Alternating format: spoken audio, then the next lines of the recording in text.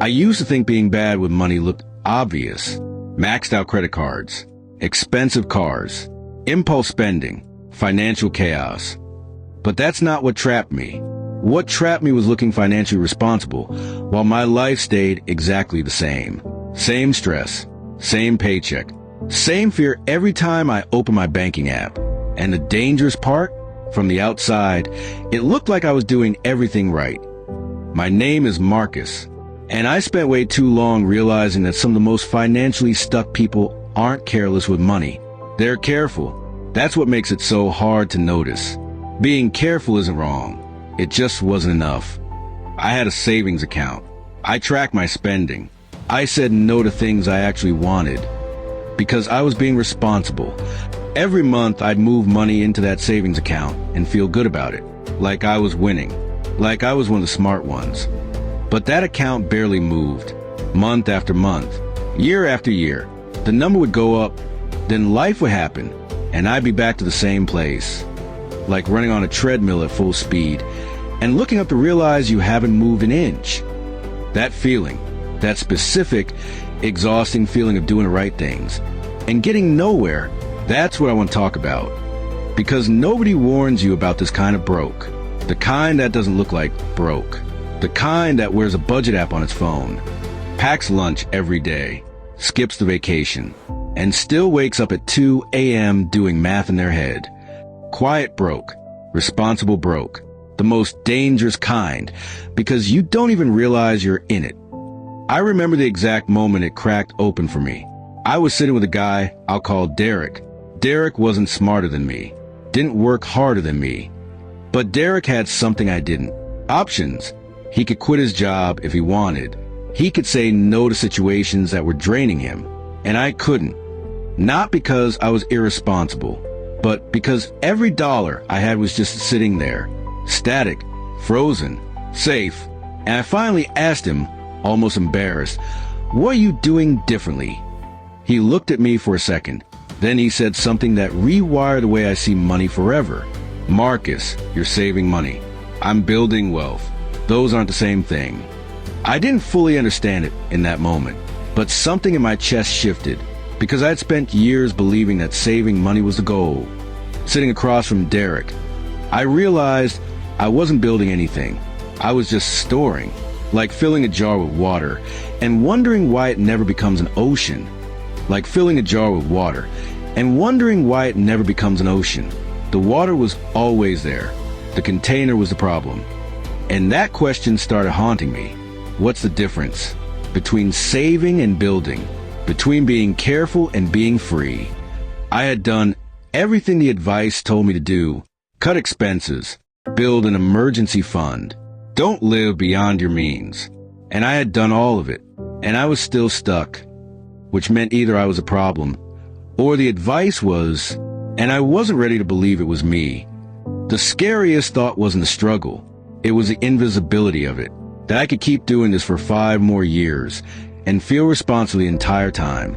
That I could spend another 5 years doing exactly what I was doing, feeling like I was being responsible, and wake up in the same place. Disciplined, consistent, completely stuck. That fear is what finally made me stop and actually look not at my spending, at the system. Because what if the system itself was the problem? What if saving, the way most of us are taught, isn't building you toward anything? What if it's actually keeping you exactly where you are? I didn't have the answer yet, but I was finally asking the right question. And that question was about to take me somewhere uncomfortable, somewhere most financial advice never goes. Because the truth about why careful people stay broke isn't about the money. It's about what the money is and isn't doing. Saving and building. I kept saying those words together like they were the same road. They were never the same road.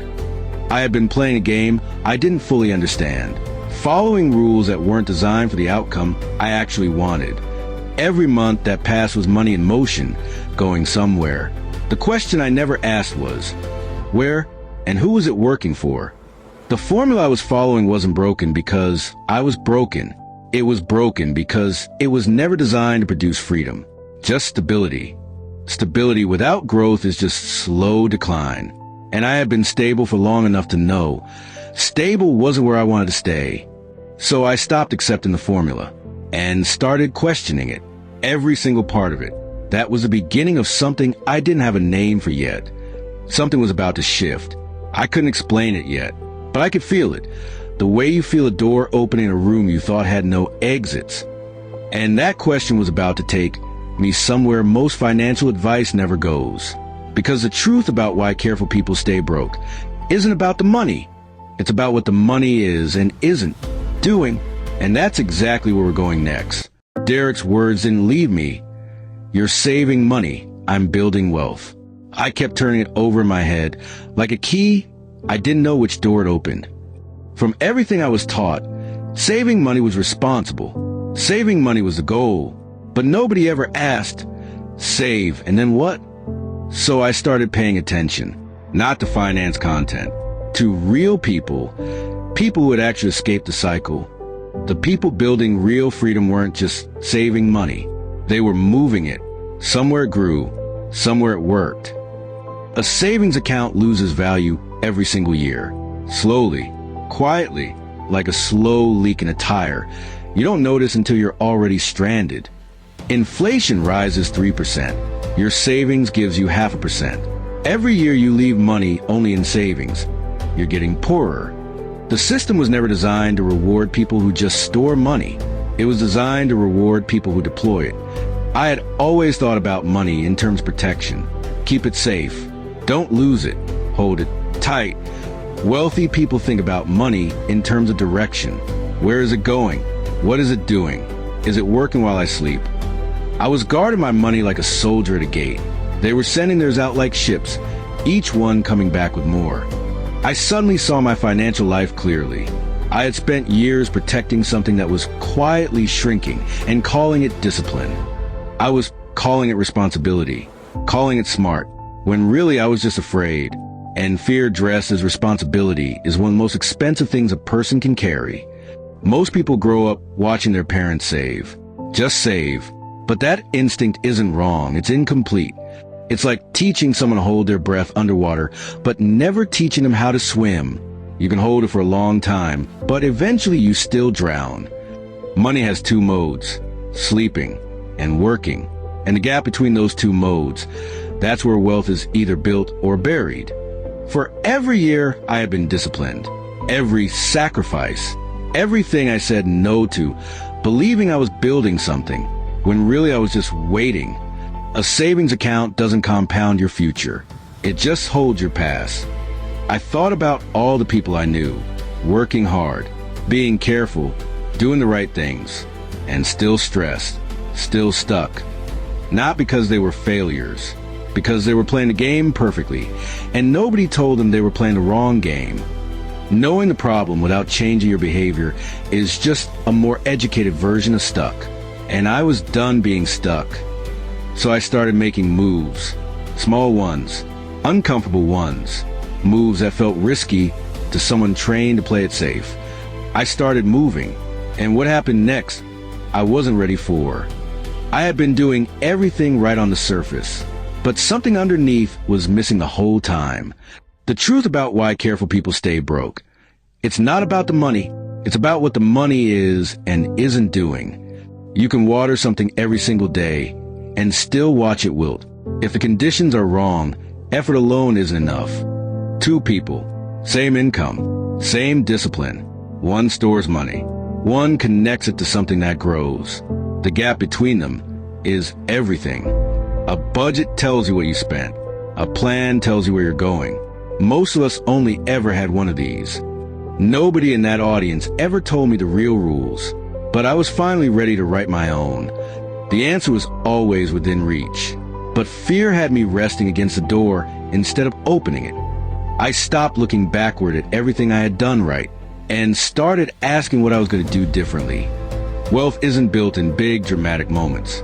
It's built in the quiet decision to let something grow instead of just keeping it safe. There's a difference between moving through life and moving towards something. I finally needed a destination, not just a direction. Money sitting in one place will always lose to money that's been deployed correctly. The scale never lies. When you stop filling your life with the wrong financial habits, The space that opens up is terrifying and beautiful at the same time. The moment you understand where your money is actually going, everything you thought you knew shifts completely. The system feels safe because it's familiar, but familiar and safe are not the same thing. I stopped being afraid of doing something wrong with money because I finally understood doing nothing was already the wrong move. I wasn't writing a budget anymore. I was writing a plan. For the first time, a real one. I started making moves. And what happened next, I wasn't ready for. If you've been doing everything right and still feel stuck, this next part is for you. One morning, I opened my banking app, the same app that used to fill me with dread, and something was different. The number had moved, not because of my paycheck. My money had been working while I was sleeping, and nobody had ever shown me that was possible for someone like me. Saving is the fuel, but fuel sitting in it doesn't take you anywhere. You have to put in an engine. Most people have dollars that are unemployed. You work for that money. You sacrifice for it. And then it just sits there doing nothing. It's a loop, a very exhausting, very invisible loop. And the way out isn't working harder. It's putting your money to work. Your biggest financial enemy isn't debt. It isn't low income. It's inertia, the tendency to keep doing what you're doing, because changing feels more dangerous than staying stuck.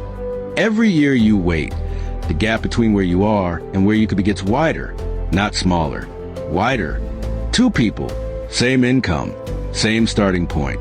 10 years later, person A has a savings account. Person B has options. The only difference was what they did with money after they earned it. This is not about becoming a millionaire by Tuesday. This is about something quieter, something more real. It's about opening your banking app and not being afraid. It's about saying yes to something that matters without calculating whether you can survive it. Wealth isn't a number. It's a feeling, a specific kind of freedom most people never experience because they were never shown it was possible. I had to admit that some of my financial habits weren't really about being responsible. They were about being comfortable. Humans always choose the familiar over the effective when they're afraid. That's not weakness. That's just psychology. But once you name it, you can't unknow it. Comfortable and invisible, or uncomfortable and growing. Once you see it that way, comfortable doesn't feel so safe anymore. I chose building, and I'm not going to pretend it was easy. The first moves were uncomfortable. I second-guessed myself constantly. There were moments I wanted to pull everything back to where it felt safe. But I kept coming back to one thought. The other path was making me invisible. Saving money without a strategy is like building a house with no blueprint. You can work hard, use great materials, and still end up with something that doesn't hold together. The blueprint matters. The direction matters. What you do with money after you earn it matters more than how much you earn. That's the thing nobody told Marcus. Nobody told most of us. But you know it now. And knowing it, really knowing it, changes the next decision you make. Wealth isn't built in the big moments. It's built in the small decisions made by someone who finally understands what they're actually building toward. Every dollar you should have a job. Not sit there. Not wait. Work. That's the sequence nobody teaches. You've been careful long enough. It's time to be intentional. There's a moment where you stop managing your money and start directing it. That crossing, that's where everything changes. When your money starts moving in the right direction, the feeling isn't loud. It's quiet, like finally being on the right road after years of being lost. It's not too late. Every single day you make a different decision. You are flipping the hourglass. Time starts working for you instead of against you. A financial strategy isn't complicated. It's just a compass. Something that tells you which direction your money should move and why. If I could sit across from a version of me who was just saving and hoping, this is what I'd say. The approach needs a change. Not you. Understanding is a switch. Once you flip it, you can't make decisions in the dark the same way anymore. 3 moves, that's all it took to start. Not 30, not a finance degree. 3 intentional moves, and everything began to shift. A budget is a record of the past. A strategy is a canvas for the future. You need both, but most people only have one. The decision that changes your financial life isn't always loud. Sometimes it's just a quiet moment where you stop pretending the old approach is enough. Earn, grow, protect. In that order. Most people protect before they grow, and that's exactly what keeps them stuck. The path forward doesn't have to be fast. It just has to be forward. Consistency beats intensity every single time. Every intentional financial decision you make now carries more weight than 10 anxious ones made in survival mode. The goal isn't wealth for wealth's sake. It's the ability to just breathe without that financial knot tightening in your chest. The person you're becoming financially doesn't look different on the outside. They just make different decisions on the inside. Quietly, consistently. You've been standing near this door your whole life. You just needed someone to tell you. It was never locked. Not someday.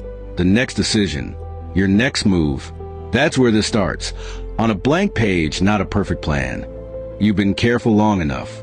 The ones who build real wealth aren't reckless. They're just intentional. And now, so are you. My name is Marcus. And I spent a long time figuring out why smart, hardworking people stay broke. Now you know too. What you do next, that's yours.